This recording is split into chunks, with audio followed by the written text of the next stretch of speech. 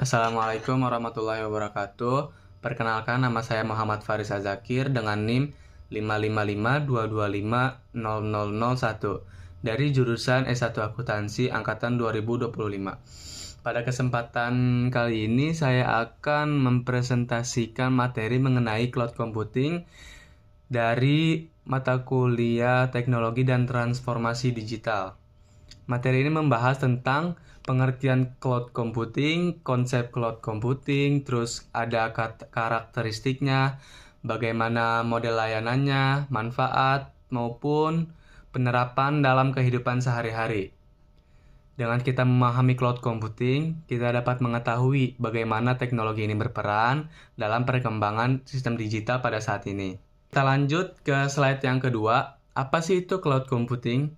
Cloud computing merupakan teknologi yang memungkinkan pengguna untuk mengakses berbagai sumber daya komputasi melalui internet, yang artinya pengguna tidak perlu memiliki atau mengelola perangkat keras maupun perangkat lunak secara langsung di komputer pribadi.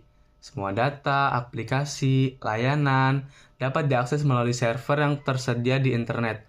Dengan teknologi ini, proses penyimpanan dan pengelolaan data menjadi lebih praktis, fleksibel, dan mudah digunakan. Selanjutnya ada konsep dasar cloud computing. Konsep dasar cloud computing adalah menyediakan layanan komputasi melalui internet. Layanan tersebut dapat berupa server, penyimpanan data, jaringan, hingga berbagai aplikasi yang dapat digunakan secara online. Dengan adanya cloud computing, pengguna tidak perlu lagi membeli atau mengelola perangkat keras sendiri. Data dapat diakses kapan saja, dan dari berbagai perangkat selama terhubung dengan internet. Jadi selama online, kita masih bisa menggunakan data tersebut. Data tersebut masih bisa diakses, sehingga memberikan kemudahan dan efisiensi dalam pengolahan data. Yang keempat ada karakteristik cloud computing. Cloud computing memiliki beberapa karakteristik utama. Yang pertama itu on-demand self-service, yaitu layanan dapat digunakan sesuai kebutuhan pengguna. Yang kedua ada broad network access, yang berarti layanan dapat diakses dalam berbagai perangkat selagi perangkat tersebut terhubung ke dalam internet. Yang ketiga ada resource pooling, yaitu sumber daya yang digunakan secara bersama oleh banyak pengguna. Selain itu terdapat rapid elasticity, yang memungkinkan kapasitas layanan menyesuaikan kebutuhan dengan cepat, serta measured service yang menggunakan layanan dapat diukur dan dapat dikontrol. Lalu ada model layanan cloud computing. Cloud computing memiliki beberapa layanan utama.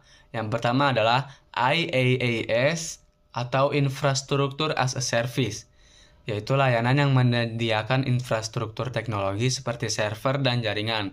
Yang kedua ada PaaS atau Platform as a Service, yang menyediakan platform bagi pengembang untuk membuat dan menjalankan aplikasi. Dan yang ketiga yaitu SaaS atau Software as a Service, yaitu layanan yang menyediakan aplikasi yang dapat langsung digunakan melalui internet tanpa perlu instalasi. Jadi tanpa perlu install, layanan tersebut sudah bisa digunakan. Kita lanjut ke slide ke-6, yaitu model deployment cloud. Selain model layanan, cloud computing juga memiliki model penerapan yang disebut deployment model. Yang pertama adalah public cloud, yaitu layanan cloud yang tersedia untuk umum melalui internet. Dan yang kedua adalah private cloud, yaitu cloud yang digunakan secara khusus oleh satu organisasi. Jadi itu namanya private cloud. Itu tuh digunakan oleh satu organisasi saja. Kemudian yang ketiga ada hybrid cloud, yaitu kombinasi antara public cloud dan private cloud, sehingga organisasi dapat memanfaatkan kelebihan dari dua sistem tersebut secara bersamaan. Selanjutnya ada manfaat implementasi cloud computing. Cloud computing memberikan banyak manfaat bagi pengguna maupun organisasi, karena menghemat biaya. Jadi kita tidak perlu membeli perangkat keras itu sendiri. Teknologi ini memiliki fleksibilitas dan skalabilitas yang tinggi, sehingga kapasitas layanan dapat disesuaikan dengan kebutuhan.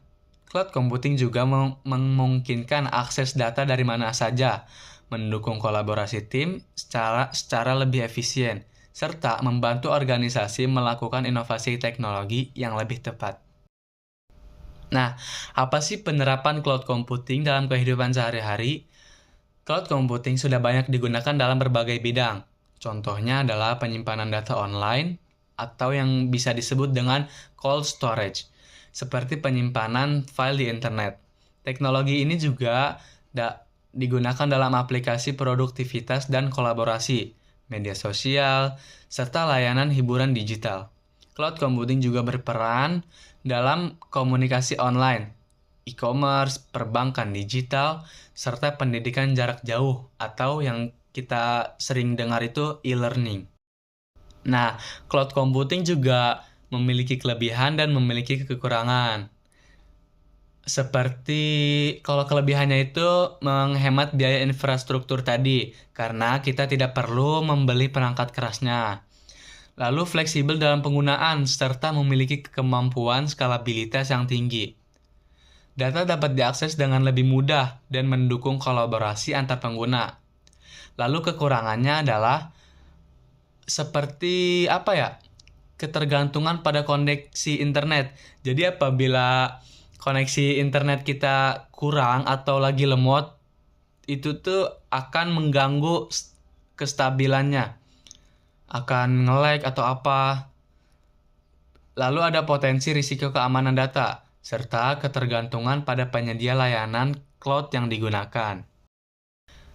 Mungkin cukup sampai di sini presentasi dari saya mengenai cloud computing dengan mata kuliah Teknologi dan Transformasi Digital yang diampu oleh Pak Anis Fuad. Mohon maaf sebelumnya apabila terdapat kesalahan kata atau saya masih mencontek dengan catatan yang telah saya sediakan atau yang telah saya buat sebelumnya. Terima kasih banyak. Wassalamualaikum warahmatullahi wabarakatuh.